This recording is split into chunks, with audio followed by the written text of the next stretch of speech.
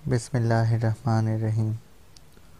Porous के हाथी, मुसन्निफ नसीम हिजाज़ी। दूसरा मंज़र। प्रधानमंत्री लाल बहादुर शास्त्री अपनी क़यामगाह के कुशादा कमरे में बैठा है। सामने की मेज़ पर इसके बाएं हाथ टेबल लैंप रोशन है। इसके करीब चंद फाइलें पड़ी हैं। दरवाजे के ऊपर घड़ियाल 10 बजा रहा है। शास्त्री की कुर्सी के पीछे दीवार पर हिंदुस्तान, पाकिस्तान और कश्मीर के नक्शे आवेज़ा हैं। दाएं हाथ इसका सेक्रेटरी खड़ा है। उसके चेहरे पर परेशानी और इज़्तिराब के आसार नज़र आते हैं। वो एक फ़ाइल उठाता है, लेकिन फिर वहीं रखकर सेक्रेटरी की तरफ मुतवज्जा हो जाता है। शास्त्री सेक्रेटरी से, मिस्टर चून अभी तक नहीं आए। तुम्हें यकीन है कि वो घर से रवाना हो चुके हैं? महाराज, इनके प्राइवेट सेक्रेटरी ने यही जवाब दिया था कि वो रवाना हो चुके हैं। कमरे का दरवाज़ा खुलता है। मिस्टर चून और मिसेस इंदिरा गांधी कमरे में दाखिल होते हैं और हाथ बांध कर नमस्कार करते हैं। शास्त्री हाथ बांधते हुए, नमस्कार महाराज। नमस्कार श्रीमती जी, तशरीफ़ रखिए। आपने बहुत देर की। चून, महाराज, आपके टेलीफोन के फ़ौरन बाद वज़ीर इत्तलात का फ़ोन आया था कि आपकी तरह ये भी काफ़ी परेशान थी, और जब इन्हें मैंने ये बताया कि मैं आपके पास जा रहा हूँ तो उन्होंने भी मेरा साथ देने की ख्वाहिश ज़ाहिर की। इसलिए मैं उनके यहाँ चला गया। जब वहाँ पहुँचा तो घर से फ़ोन आया कि वज़ीर दाखिला मुझे तलाश कर रहे हैं। मैंने जवाब दिया कि वो भी प्रधानमंत्री के पास पहुँच जाएं। शास्त्री, आपने बहुत अच्छा किया। मैंने आपको बेवक्त तकलीफ़ दी, लेकिन मैं बहुत परेशान था। चून, महाराज, हम सब बहुत परेशान हैं। आपका फ़ोन आने से पहले मैं भी ये सोच रहा था कि आज रात हमें एक जगह सोना चाहिए, लेकिन अब सिर्फ चंद घंटे बाकी हैं। कल शाम तक हम सब की परेशानियां दूर हो जाएंगी। थोड़ी देर हुई, मुझे जनरल चौधरी का फ़ोन आया था कि मैं कल दोपहर का खाना लाहौर में खाऊंगा। शास्त्री, जनरल चौधरी ने मुझे भी फ़ोन किया था और मैंने उसे जवाब दिया था कि काश मैं तुम्हारा बहरा होता। चंद घंटे पहले जब उन्होंने मुझसे ज़बानी ये बात कही थी तो मुझे ये यकीन नहीं आया था। इंदिरा गांधी, महाराज, उन्होंने मुझे भी ये खुशखबरी सुनाई थी और मैंने ये जवाब दिया था कि अगर मैं भारत की वज़ीर इत्तलात ना होती तो अपने हाथों से अपने बहादुर सिपह सालार का भोजन तैयार करती। शास्त्री, चून जी, जनरल चौधरी अखबार नवीसियों को भी ये खुशखबरी दे चुके हैं, लेकिन अब हम आपस में बातें कर रहे हैं। आपको यकीन है कि वो कल ही लाहौर पहुंच जाएंगे? चून, शास्त्री, आपको कोई शुबा है? शास्त्री, नहीं, मैं सिर्फ अपनी तसल्ली के लिए पूछ रहा हूँ। चून, महाराज, आप सिर्फ इसलिए परेशान हैं कि आपको जंग का कोई तजर्बा नहीं। शास्त्री, जंग का हम में से किसी को भी तजर्बा नहीं। चून, जनाब, ताकत को तजर्बे की ज़रूरत नहीं। हम 18 साल से इस जंग की तैयारियां कर रहे हैं। जब हमारे टैंकों की मीलों लंबी कतार आग बरसाती हुई पाकिस्तान की तरफ बढ़ेगी और आसमान से हमारे हवाई जहाज़ बमबारी करेंगे, तो आपको सिर्फ इस बात का अफसोस होगा कि ये खेल इतनी जल्दी के ख़त्म क्यों हो गया है। आपको मुझ पर भरोसा करना चाहिए। मैं फ़ौजी नहीं हूँ, लेकिन मेरे बुज़ुर्गों ने पानीपत की जंग में हिस्सा लिया था। शास्त्री, भगवान के लिए बार बार पानीपत का जिक्र ना किया करो। इस जंग में हम बुरी तरह पिटे थे। चून, महाराज, हम इसलिए पिटे थे कि इस ज़माने में हवाई जहाज़ और टैंक ईजाद नहीं हुए थे और किसी बड़ी ताकत ने हमें मुसल्लह नहीं किया था, लेकिन अब हम पानीपत की शिकस्त का बदला लेंगे। मुझे सिर्फ इस बात का डर है कि यूएनओ की फौरी मुदाखलत के बाइस कहीं आप हमारी अफवाज की पेशकदमी रोकने पर मजबूर ना हो जाएं। शास्त्री, अगर हमारे जर्नल लाहौर में दोपहर का खाना खाने का प्रोग्राम बना सकते हैं तो यूएनओ की मुदाखलत से पहले पाकिस्तान की किस्मत का फ़ैसला हो चुका होगा। इंदिरा गांधी, चून जी, आप मुतमईन रहें। अगर पाकिस्तान फतह करने की मुहिम में चंद घंटे या चंद दिन की ताख़ीर हो भी जाए तो हम किसी दिक्कत के बगैर यूएनओ को टाल सकेंगे। फिर जिस तरह कश्मीर का मसला भारत का घरेलू मसला बन चुका है, इस तरह पाकिस्तान का मसला भी हमारा घरेलू मसला बन जाएगा। शास्त्री, क्या ये नहीं हो सकता कि जनरल चौधरी लाहौर में कल दोपहर का खाना खाने के बजाय सुबह के नाश्ते का प्रोग्राम बना लें। अगर ये जंग 2-4 दिन तूल खींच गई और इस अरसे में हिफाजती कौंसिल के नुमाइंदे यहाँ पहुँच गए तो हम इन्हें क्या जवाब देंगे? इंदिरा गांधी: अगर मेरे पिताजी कश्मीर के मसले में 16 या 17 साल यूएनओ को बातों में उलझा सकते थे तो आप 2-4 दिन भी नहीं इन्हें मसरूफ़ रख सकते। मैं इस बात का ज़िम्मा लेती हूँ कि जब तक पाकिस्तान की किस्मत का फैसला नहीं हो जाता, मैं हिफाजती कौंसिल के नुमाइंदों को ताजमहल और गोलकंडा की सयाहत में मसरूफ़ रखूँगी। वैसे मुझे यकीन है अक़वाम मुत्तहिदा की बड़ी ताकतें भारत को परेशान करने की जुर्रत नहीं करेंगी। गुलज़ारी लाल नंदा हाँफता हुआ कमरे में दाखिल होता है। नंदा: नमस्कार महाराज, आप बैठे रहें, मैं फ़ौरन यहाँ पहुँचना चाहता था, लेकिन सेठ मोलचंद और सेठ धनीराम ने घर से निकलते ही मेरा रास्ता रोक लिया था। मैं इनसे जान छुड़ाना चाहता था कि अखबारात के मालिकों और एडिटरों का एक लश्कर वहाँ पहुँच गया। इन सब की ज़बान पर यही सवाल था कि जनरल चौधरी दोपहर का खाना लाहौर खाएंगे या वहाँ शाम की चाय पियेंगे। शास्त्री: मोलचंद और धनीराम से तो कोई बात पोशीदा नहीं रह सकती, लेकिन अखबार वालों को ये कैसे पता चल गया कि जनरल चौधरी कल लाहौर पर हमला कर रहा है? नंदा: जनाब, अखबार नवीसियों का ये ख्याल है कि जनरल चौधरी लाहौर पर हमला कर चुके हैं। उन्होंने लाहौर की फतह के मुतालिक ज़मीमें भी शाया कर दिए हैं। अगर मैं इन्हें मना ना करता तो वो हमले के मुतालिक सरकारी ऐलान से पहले ही ज़मीमें फ़रोख्त कर देते। धनीराम और मोलचंद कमरे में दाखिल होते हैं। धनीराम: माफ़ कीजिए महाराज, ऐसे मौक़ों पर इंतज़ार करना बहुत मुश्किल होता है। हमें मालूम है कि आप आज रात बहुत मसरूफ़ हैं, लेकिन हम आपका ज़्यादा वक्त ज़ाया नहीं करेंगे। हम सिर्फ ये पूछना चाहते हैं कि लाहौर कब फतह होगा? शास्त्री: सेठ जी, जब जंग शुरू हो जाएगी तो मैं आपके हर सवाल का जवाब दूंगा। मोलचंद: महाराज, आप मुझ पर एतमाद कर सकते हैं। मैं हमले के सरकारी ऐलान से पहले अपनी धर्म पत्नी के सामने भी ज़बान नहीं खोलूँगा, लेकिन महाराज, अगर आप मेहरबानी करें तो मेरी चिंता दूर हो जाएगी और मैं चंद घंटे आराम की नींद सो सकूँगा। आपको मालूम है कि हम हुकूमत को टैक्स देते हैं और कांग्रेस को चंदा भी देते हैं, लेकिन ये कितनी बेइंसाफ़ी है। अखबार के एडिटरों को तो यहाँ तक इल्म है कि जनरल चौधरी कल लाहौर के जिम खाने में शराब उड़ाएंगे। जून: महाराज, अब 2 बजने वाले हैं, थोड़ी देर तक हमारी फ़ौज हमला कर देगी, इसलिए अब अगर इन्हें बता भी दिया जाए तो कोई हर्ज नहीं। शास्त्री मुस्कुराते हुए: मेरे ख्याल में इनसे कोई बात पोशीदा नहीं। मोलचंद बुलंद आवाज़ में: भारत माता की जय। धनीराम: शास्त्री जी की जय, जनरल चौधरी की जय, श्रीमती इंदिरा गांधी की जय, नंदा जी की जय। शास्त्री: अब तुम जा सकते हो, लेकिन तुम्हें रास्ते में नारे लगाने की इजाज़त नहीं। धनीराम: चौन जी, आपको यकीन है कि कल लाहौर फतह हो जाएगा और हमारे जर्नैल साहब? चौन: सेठ जी, मुझे यकीन है।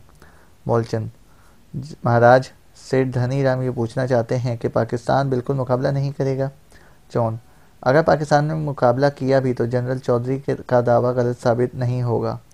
धनीराम: महाराज, अगर पाकिस्तान ने मुकाबला किया तो? मुझे डर है। चौन: तुम्हें किस बात का डर है? धनीराम: महाराज, मुझे इस बात का डर है कि अगर पाकिस्तान ने मुकाबला किया तो सचमुच जंग हो जाएगी। चौन गरज कर: तुम्हारा क्या ख्याल है कि हम झूठ मूठ की जंग करना चाहते हैं? धनीराम: नहीं महाराज, मैं ये कैसे कह सकता हूँ कि आप 18 साल की तैयारियों के बाद भी झूठ मूठ की जंग करना चाहते हैं। चौन: तो फिर तुम क्या कहना चाहते हो? मोलचंद: महाराज, सेठ धनीराम आपसे ये पूछना चाहते हैं कि इस जंग में हमारा अरबों रुपए का असलहा ज़ाया तो नहीं हो जाएगा। चौन: तुम सेठ धनीराम से ज़्यादा बेवकूफ़ हो, भला हमारा असलहा कैसे ज़ाया हो सकता है? मोलचंद: महाराज, आप मेरा मतलब नहीं समझे। मेरा मतलब है कि नेफ़ा वाली बात तो नहीं होगी। चौन: मैं तुम्हारा मतलब समझता हूँ, तुम हमारा मोराल ख़राब करना चाहते हो। धनीराम: महाराज, आप ख़्वाह गुस्से में आ रहे हैं। सेठ मोलचंद सिर्फ इस बात की तसल्ली चाहते हैं कि हमारे सिपाही अपने हथियारों को मुफ्त का माल समझकर ज़ाया नहीं कर देंगे। मेरा मतलब है कि हमने जो कीमती तोपें, टैंकें, हवाई जहाज़, राइफ़लें और मशीन गनें बाहर से मुफ्त हासिल की हैं, इनके मुतालिक हमारे सिपह सालार और इनके सिपाही कहीं ये तो नहीं समझते कि ये मुफ्त का माल है, और अगर ये ज़ाया भी हो जाए तो कोई बात नहीं। मोलचंद: महाराज, सेठ धनीराम ये पूछना चाहते हैं कि आपने सेनापति और फौज के दूसरे अफसरों पर को ये बात अच्छी तरह समझा दी है कि एक टैंक लाखों रुपए का आता है और जेट हवाई जहाज की कीमत इससे भी कई गुना ज़्यादा होती है। शास्त्री: सेठ जी, अगर इतनी बड़ी फतह हासिल करने के लिए 2-4 हवाई जहाज या टैंक ज़ाया हो जाएं तो इसमें परेशान होने की क्या बात है। मूलचंद: महाराज, 2-4 की तो कोई बात नहीं, लेकिन सेठ धनीराम को इस बात का डर है हमारा सेनापति कोई ऐसी गलती ना कर बैठे कि हमारे सारे कीमती हथियार दुश्मन के हत्थे चढ़ जाएं और वो हमें मुफ्त का माल ज़ाया करने के बाद इसके बदले नकद सौदे करने पड़े। चोन: सेठ जी, तुम ऐसी मनहूस बातें क्यों करते हो। मूलचंद: मैं टैक्स देता हूँ महाराज, और इस बात की तसल्ली चाहता हूँ कि मुझे असलहा और बारूद खरीदने के लिए मज़ीद टैक्स अदा नहीं करना पड़ेगा। आपको general Chaudhary, air marshal Arjun Singh और फ़ौज के बाकी तमाम अफसरों और सिपाहियों के नाम ये हिदायत जारी करनी चाहिए कि असलहा और बारूद ख्वाह भारत के रुपए से ख़रीदा गया हो, ख्वाह मुफ्त हासिल किया गया हो। इस जंग का मतलब ये हरगिज़ नहीं कि वो ज़ाया कर दिया जाए। जॉन: सेठ जी, हमारी फ़ौज को असलहा की कीमत मालूम है और मैं आपको यकीन दिलाता हूँ कि वो एक कारतूस भी ज़ाया नहीं करेगी। धनीराम: कारतूसों की तो कोई बात नहीं महाराज, वो आप शौक़ से ज़ाया करें, लेकिन टैंकों, हवाई जहाज़ों और कीमती तोपों का ख्याल ज़रूर रखें। ऐसी चीज़ें किसी सूरत भी दुश्मन के पास नहीं जानी चाहिए। शास्त्री: सेठ जी, अब ये बहस ख़त्म हो जानी चाहिए, हम इस वक्त ज़रूरी कामों की तरफ तवज्जो देना चाहते हैं। मूलचंद: बहुत अच्छा महाराज, हम आपका कीमती वक्त ज़ाया नहीं करेंगे, बल्कि मैं चाहता हूँ कि बल्कि जाने से पहले मैं वज़ीर इत्तलात की खिदमत में एक दरख्वास्त करना चाहता हूँ कि सुबह से हर 15-20 मिनट के बाद ऑल इंडिया रेडियो को जंग की खबरें सुनानी चाहिए, वरना परजाया ये ख्याल करेगी कि हमारी पेशकदमी रुक गई है। हर खबर के साथ जय हिंद के नारे लगाए जाएं। फिर जब जनरल चौधरी लाहौर में दाखिल हों तो लोगों को ये बताया जाए कि अब इनका जुलूस फ़लाँ सड़क पर से गुज़र रहा है, अब वो फ़लाँ जगह शराब पी रहे हैं और अब वो खाने के लिए हाथ धो रहे हैं। खाने के दौरान बैंड बजता रहे और दस्तरख्वान की सब्जियों और तरकारियों पर तबसरा भी होता रहे। शास्त्री: मुझे यकीन है कि वज़ीर इत्तलात इन बातों का ख्याल रखेंगे।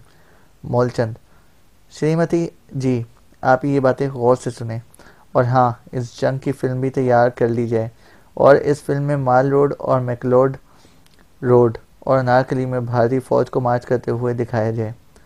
इंदिरा गांधी: सेठ जी, आपकी हर ख्वाहिश पूरी की जाएगी। धनीराम: प्रधानमंत्री जी, मुझे आपका कीमती वक्त ज़ाया करते हुए शर्म महसूस होती है, लेकिन जाने से पहले मैं ये भी पूछना ज़रूरी समझता हूँ कि आपने दूसरे वज़ीरों, ख़ास तौर पर सरदार सूरन सिंह को यहाँ क्यों नहीं बुलाया। चोन: सरदार सूरन सिंह से तुम्हें क्या काम है। धनीराम: महाराज, वो भारत के विदेश मंत्री और मैं उनसे इस बात की तसल्ली चाहता हूँ कि कहीं चीन तो मैदान में नहीं आ जाएगा। चोन: चीन के मैदान में आने से पहले हमारी जंग ख़त्म हो चुकी होगी। धनीराम: महाराज, आप जनरल चौधरी को अच्छी तरह समझा दें कि वो जंग लंबी करके चीन को मैदान में आने का मौका ना दें। चोन: जनरल चौधरी तुमसे ज़्यादा समझदार है, अब तुम जाओ और ये वादा करो कि रास्ते में सरदार सूरन सिंह को बेआराम नहीं करोगे। मूलचंद: जनाब, मुझे यकीन नहीं आ रहा कि वज़ीर ख़ारजा इस वक्त सो रहे होंगे। शास्त्री: वज़ीर ख़ारजा सो नहीं रहे, बल्कि एक ज़रूरी प्रेस नोट तैयार कर रहे हैं। अब तुम हमारा वक्त ज़ाया ना करो। मूलचंद: आइए सेठ धनीराम जी। मूलचंद धनीराम का हाथ पकड़कर बाहर निकल जाता है। शास्त्री थोड़ी देर आंखें मलने के बाद चून की तरफ मुतवज्जा होता है। शास्त्री: चून जी, जनरल चौधरी को फिर एक बार ताकीद कर दीजिए कि अगर जंग ज़रा लंबी हो गई तो सारा मामला बिगड़ जाएगा। चून: महाराज, जनरल चौधरी को बार बार ताकीद करने की ज़रूरत नहीं, आप सिर्फ इसलिए परेशान हैं कि आपको हमारी बख्तरबंद फ़ौज का अंदाज़ा नहीं। जब सैकड़ों टैंक पेशकदमी करेंगे तो दुश्मन ये महसूस करेगा कि फौलाद की एक दीवार उनका पीछा कर रही है और इस दीवार के पीछे हमारा लश्कर तूफ़ानी समंदर की लहरों की तरह आगे बढ़ रहा होगा। नंदा: ऊपर हमारे हवाई जहाज़ होंगे। इंदिरा गांधी: और हवाई जहाज़ों के ऊपर होंगे जिन्हें आंखें नहीं देख सकेंगी। जॉन, श्रीमती आप क्या कह रही हैं? हमारे जेट हवाई जहाज़ों के ऊपर क्या हो सकता है? हम पाकिस्तान के हवाई जहाज़ों को उठने का मौका ही नहीं देंगे। इंदिरा गांधी, जॉन जी मेरा मतलब ये ना था। मैं ये कह रही थी कि भारत के हवाई जहाज़ों के ऊपर मेरे पिताजी और गांधी जी महाराज की आत्मा प्रवास कर रही होगी और इनकी ज़बान पर जय हिंद और अखंड भारत के नारे होंगे। जॉन, मुझे यकीन है कि पानीपत के इन सुरमाओं की आत्माएं इनके साथ होंगी जिन्होंने राम राज के लिए जाने दी थी। शास्त्री, जॉन जी भगवान के लिए आज रात मुझे पानीपत की याद ना दिलाओ। मेरे सामने पानीपत के इन सुरमाओं का जिक्र ना करो जिनकी याद में भारत माता 200 साल से आंसू बहा रही है। अगर तुमने चंद बार और पानीपत का नाम लिया तो मेरा दिल फट जाएगा।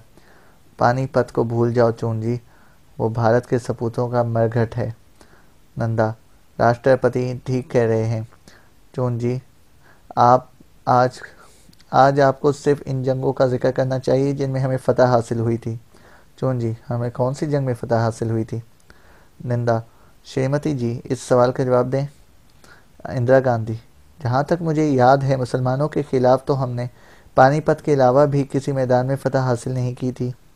निंदा, क्या हनुमान जी ने सोने की लंका नहीं जलाई थी और इसके बाद महाभारत की जंग नहीं हुई थी?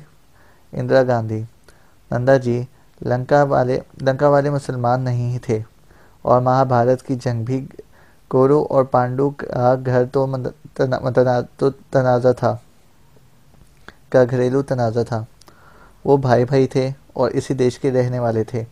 इस जंग में कुर्द जीते थे, लेकिन मुझे मालूम नहीं कि हम कुर्द हैं या पांडु हैं। कुर्द और पांडु की लड़ाई की तरह हमारे देश में भी और भी जंगें हुई थीं, लेकिन वो सब भारत के हिंदू राजों और महाराजों के दरमियान हुई थीं। हाँ, मुझे याद आ गया। हमारे राजा पोरस ने दरियाए झेलम के किनारे सिकंदर आज़म का मुकाबला किया था।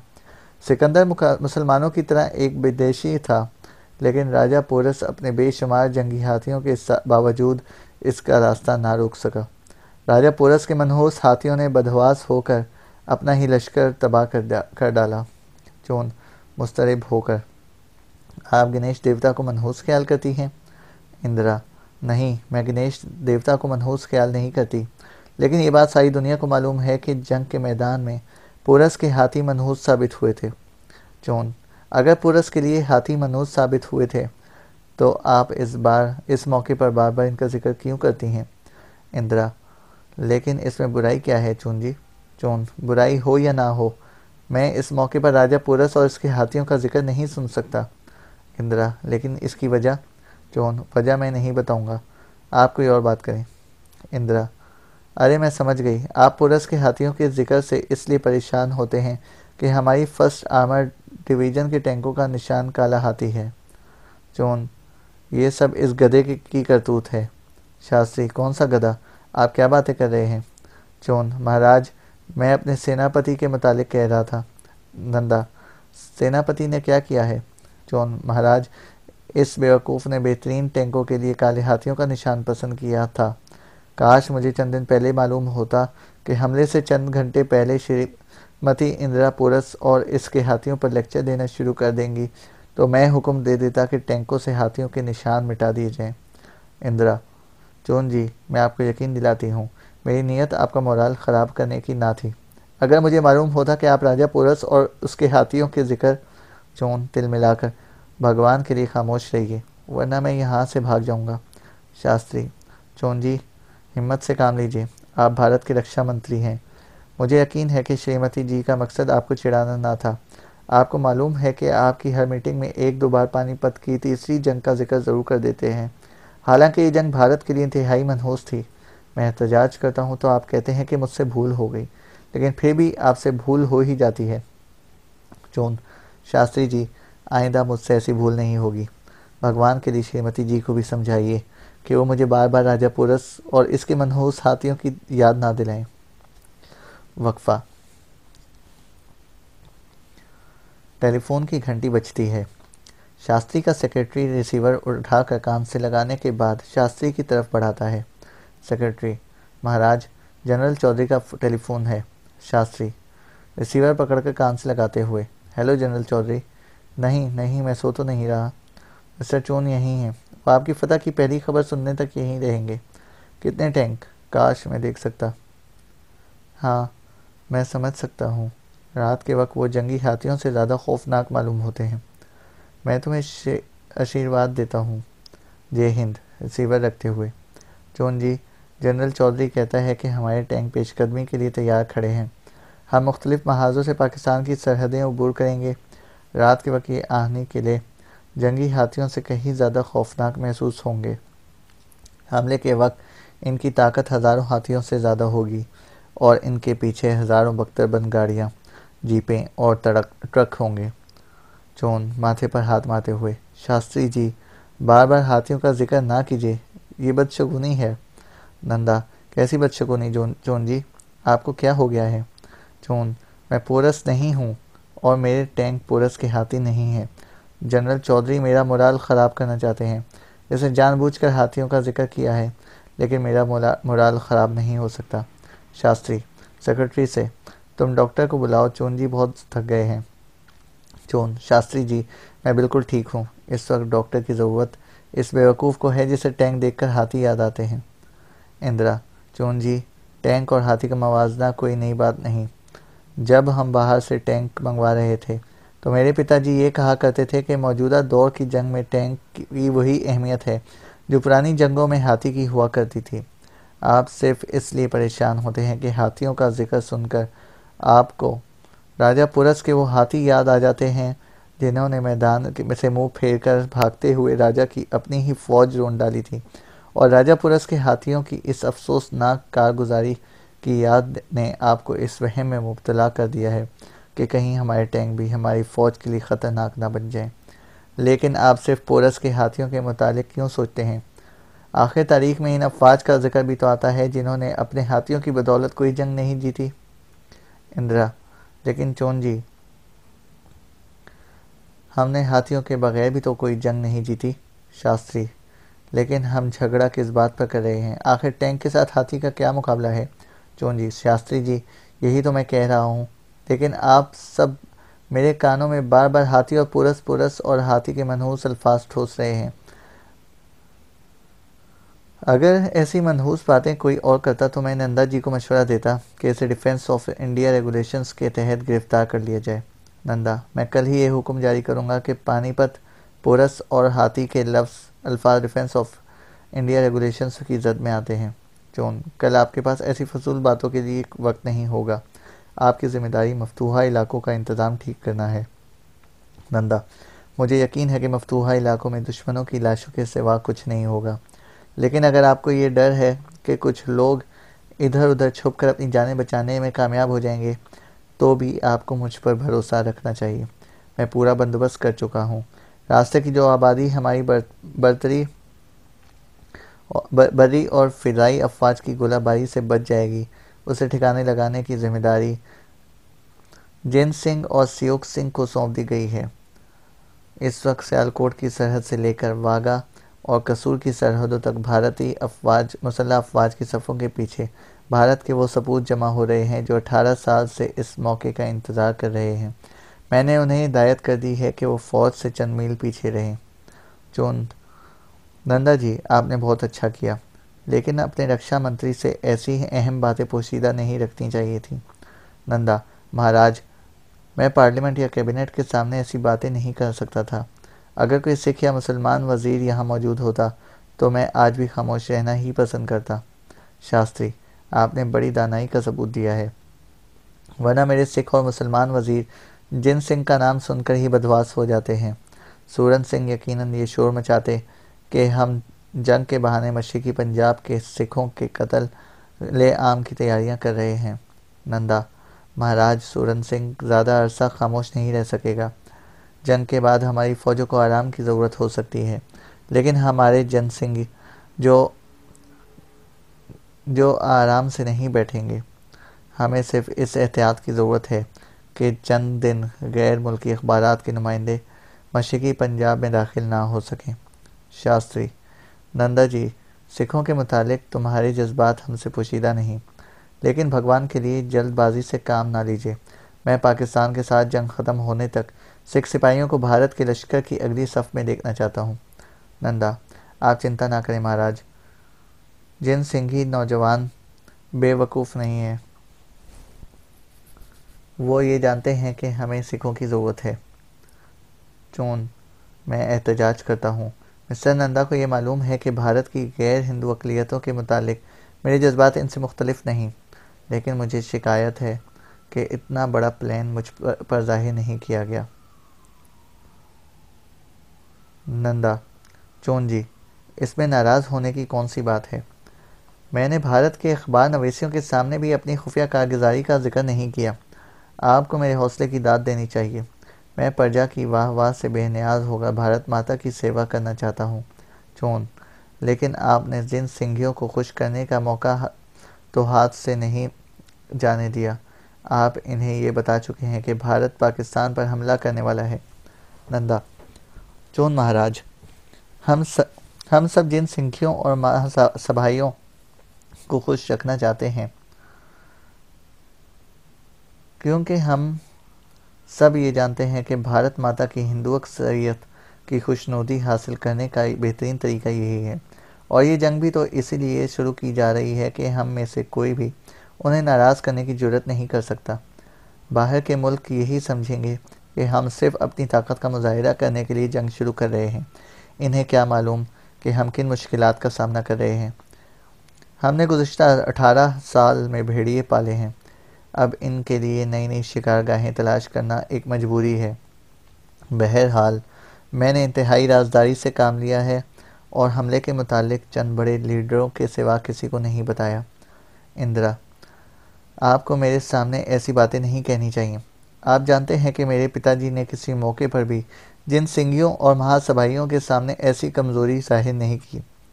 आज भी अगर वो ज़िंदा होते तो इस जंग को भारत के लिए फ़ायदेमंद ना समझते, तो इन्हें इस बात की कतन परवाह ना होती कि ये लोग इन्हें क्या कहते हैं। शास्त्री, श्रीमती जी, बुरा ना मानिए, अगर पंडित जी हमारे लिए इतना गोला और बारूद जमा ना कर जाते तो आज हमारे दिल में पाकिस्तान से जंग करने का ख्याल भी ना आता। ये जंग इसी दिन नागज़ेर हो गई थी जब पंडित जी के दिल में कश्मीर पर कब्ज़ा करने का शौक़ पैदा हो गया था।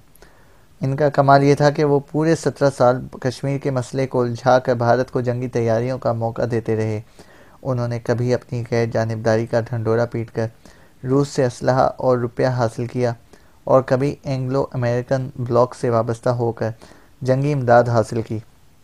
हम इनके शुक्रगुजार हैं कि वो मरने से पहले हमें पाकिस्तान पर धावा बोलने के काबिल बना गए, लेकिन ये कहना गलत है कि अगर वो ज़िंदा होते तो ये जंग रुक सकती। वो बजाय भारत के इंतहा पसंदों से नफ़रत करते थे, लेकिन अमलन उनकी तस्कीन के सामान मुहैया करते थे। उन्होंने कश्मीर के मुतालिक जो पॉलिसी इख्तियार की थी वो जिन सिंह और महासभाइयों की ख्वाहिशात के ऐन मुताबिक थी। उन्होंने रायशुमारी के मुतालिक इस वक्त अपने साबका समझौतों से इन्हिराफ किया था, जब इन्हें इस बात का यकीन हो गया था कि भारत पूरी कुव्वत के साथ अहले कश्मीर की शाहरग पर हाथ डाल चुका है और पाकिस्तान के बाशिंदे भी उनकी हिमायत में भारत की फ़ौजी कुव्वत से टक्कर नहीं ले सकते। अब सूरत यह है कि कश्मीर के बाशिंदे बगावत का झंडा बुलंद कर चुके हैं और पाकिस्तान उनकी पुश्त पर है, और हम ये नहीं चाहते कि पाकिस्तान की मुदाखलत के बाइस वो मसला जिसे हम अपना घरेलू कह चुके हैं फिर एक बार बैनुल-अक़वामी मसला बन जाए। अगर पंडित जी हमें जंग के लिए तैयार ना करते तो हम अमन का रास्ता इख्तियार कर सकते थे, लेकिन अब अगर हम अपनी प्रजा को समझाने की कोशिश करें तो हिंदू अक्सरियत हमारी बोटियां नोचने के लिए तैयार हो जाएगी। पंडित जी भारत माता के गले में रस्सा डालकर उसे जंग के मैदान की तरफ घसीट लाए थे। अब हमारे लिए इसके सिवा और कोई रास्ता नहीं कि कश्मीर की तरह भारत को पाकिस्तान को भारत का घरेलू मसला बना लिया जाए। आपका चेहरा बता रहा है कि मेरी बातें आपको तकलीफ़ दे रही हैं, लेकिन पंडित जी के मुतालिक आपके जज्बात एक बेटे के जज्बात हैं और मैं इन्हें एक सियासी गुरु की हैसियत से जानता हूँ। अगर इस जंग में हमें फ़तह हासिल हुई तो मैं भारत के अवाम के सामने ये ऐलान करूँगा कि इस फ़तह का सेहरा पंडित जवाहरलाल नेहरू के सर जाता है। चून, शास्त्री जी, आपको भारत की फ़तह के मुतालिक कोई शुबा है? शास्त्री, हरगिज़ नहीं। मुझे भारत की फतह के मुतालिक कोई शुबा होता तो मैं जंग का ख़तरा मोल क्यों लेता। अगर पंडित जवाहरलाल नेहरू 17 बरस इस जंग की तैयारियां कर सकते थे तो मैं भी चंद बरस खामोश रहकर मज़ीद टैंक, तोपें और हवाई जहाज़ जमा कर सकता था। लेकिन पाकिस्तान से 6 गुना ज़्यादा फ़ौज और असलाह जमा करने के बाद मैं ये कैसे सोच सकता हूँ कि अब कोई हमारा रास्ता रोक सकता है। टेलीफोन की घंटी बजती है। सेक्रेटरी आगे बढ़कर रिसीवर उठाता है, लेकिन शास्त्री इसके हाथ से रिसीवर छीन लेता है। शास्त्री, हेलो, मैं बोल रहा हूँ। मैं सो नहीं रहा था। हाँ हाँ, चून जी यहीं हैं। तुमने हमला कर दिया है? क्या कहा? रास्ता बिल्कुल साफ है। बहुत खूब।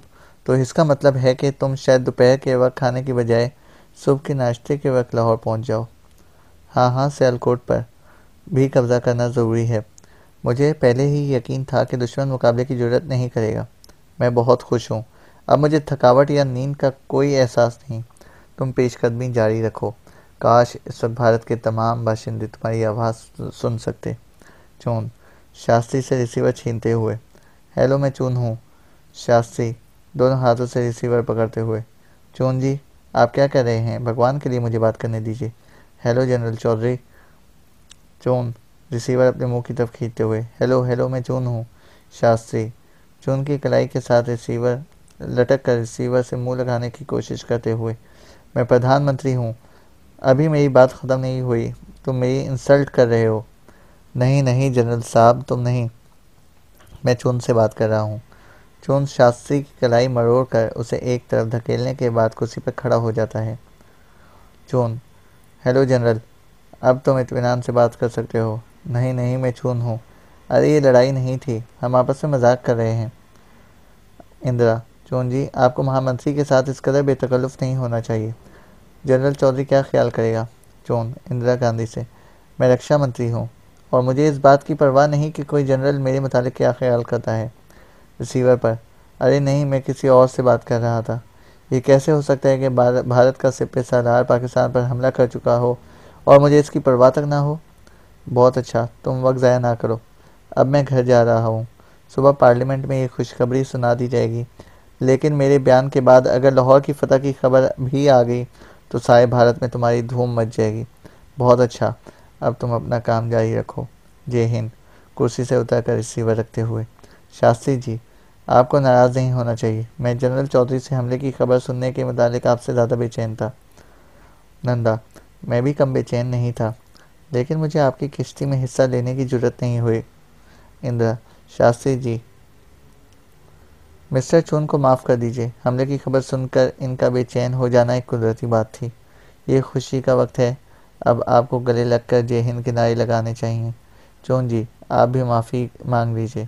चून, महाराज, मैं आपसे माफ़ी मांगता हूँ। शास्त्री, मेरी कलाई अभी तक दर्द कर रही है, लेकिन मैं सिर्फ इस शर्त पर माफ़ कर सकता हूँ, और वह ये कि पार्लियामेंट में लाहौर की फतह का ऐलान मैं करूँगा। चून, लेकिन मैंने कल ही पार्लियामेंट के मेंबरों को एक अहम खबर सुनाने का वादा किया था, और ये खबर लाहौर की फतह के सिवा और कोई नहीं हो सकती।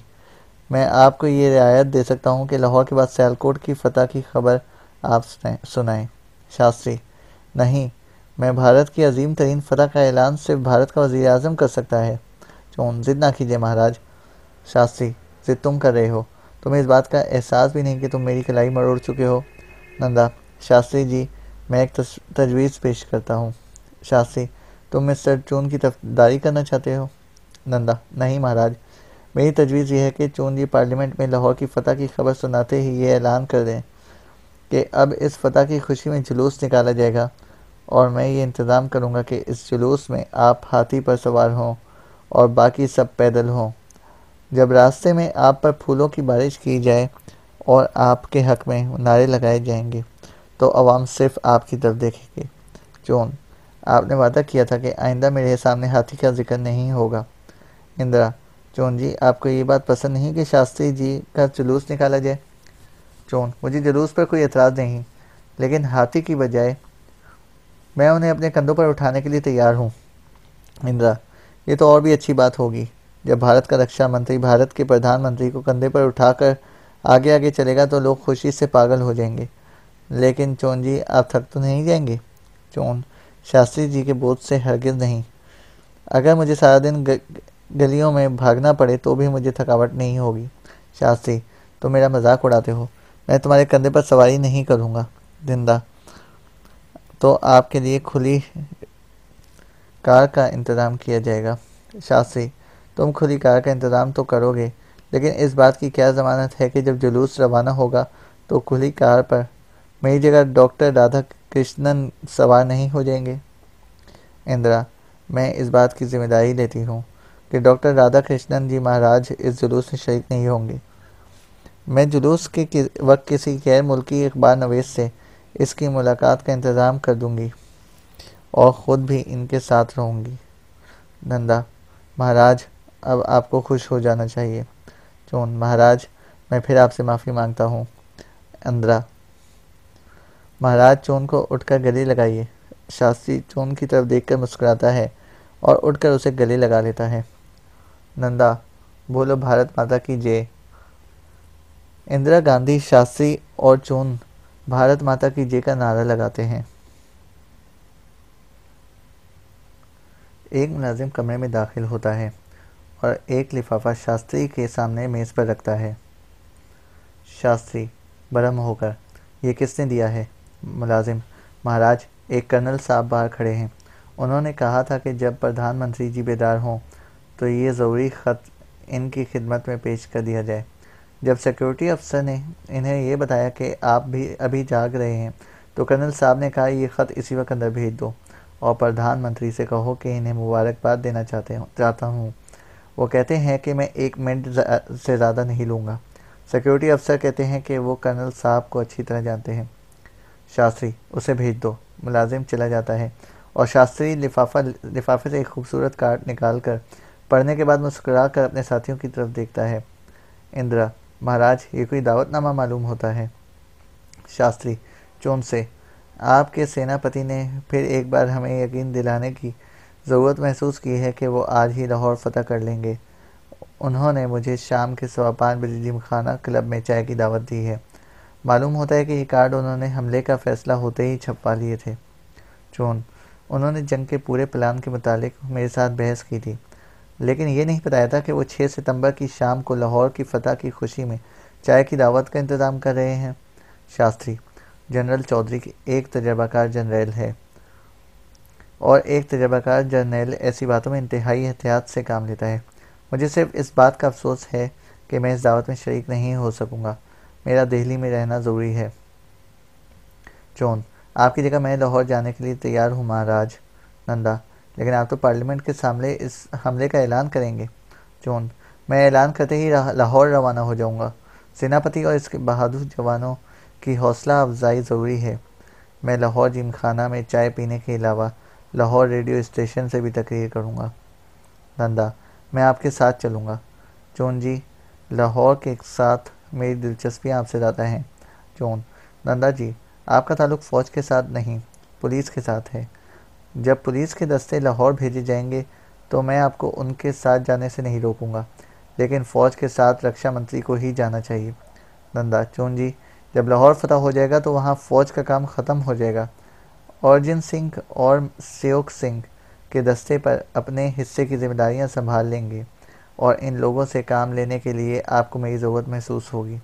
चोन, क्या आप 1-2 दिन सब्र नहीं कर सकते? नंदा, मैं सब्र कर सकता हूँ, लेकिन वो जो अमृतसर में जमा हो रहे हैं सब्र नहीं करेंगे। इंदिरा, वो कौन? नंदा, जिन सिंह और राष्ट्रीय सहयोग सिंह के रजाकार। चोन, नंदा जी, अगर मैंने लाहौर पहुंचकर आपकी ज़रूरत महसूस की तो मैं पैगाम भेज दूंगा, लेकिन अभी आपको यहीं रहना चाहिए। आपको ये भी ज़ाहिर नहीं करना चाहिए कि मैं लाहौर पहुंच चुका हूं। मुमकिन है कि आइंदा चंद घंटों में ऐसे हालात पैदा हो जाएं कि जनरल चौधरी जिमखाना क्लब में दावत का इंतज़ाम ना कर सके। नंदा, चोन जी, अगर आपको ये बात नापसंद है तो मैं कल लाहौर नहीं जाऊंगा, लेकिन भगवान के लिए ऐसी मनहूस बातें ना कीजिए। एक मोटा ताज़ा कर्नल कमरे में दाखिल होता है और फ़ौजी सलाम करने के बाद शास्त्री की तरफ मुतवज्जा होता है। कर्नल, महाराज, आपको मुबारक हो। सेनापति का हुक्म था कि मैं बज़ाते खुद आपकी खिदमत में इनका दावतनामा पेश करूं। दूसरे वज़रा की तरफ मुतवज्जा होकर, जनाब, आपके दावतनामे भी मेरी जेब में पड़े हुए हैं। मुझे प्रधानमंत्री जी के बाद आपके पास हाजिरी देने का हुक्म था। शास्त्री, तुम्हें यकीन है कि जब जनरल साहब ने तुम्हें ये ख़त तकसीम करने का हुक्म दिया था तो वो नशे में नहीं थे? कर्नल, महाराज, फतह का नशा तो होता ही है ना। इंदिरा, शास्त्री जी शराब के नशे के मुतालिक पूछ रहे हैं। कर्नल जी, फतह के नशे से पहले शराब का नशा ज़रूर होता है। जॉन, जनरल साहब ने कितने दावतनामे जारी किए थे? कर्नल, मुझे मालूम नहीं महाराज, कल उन्होंने 2000 कार्ड छपवाने का हुक्म दिया था। बाहर के शहरों में अपने दोस्तों को वो तार भेजने का हुक्म दे चुके हैं। इंदिरा, कर्नल साहब, आपको यकीन है कि लाहौर कल ही फतह हो जाएगा? कर्नल, यकीन क्यों नहीं जी, ये तो हाथी और चुनरी का मुकाबला है। शास्त्री से, महाराज अब मुझे इजाज़त दीजिए। शास्त्री, अच्छा तुम जाओ और इनके दावतनामे दरवाजे पर छोड़ दो। तुम्हारा नाम क्या है? कर्नल, मेरा नाम परशुराम है महाराज। जॉन, क्या कहा? पुरसराम? इंदिरा गांधी हंसती है।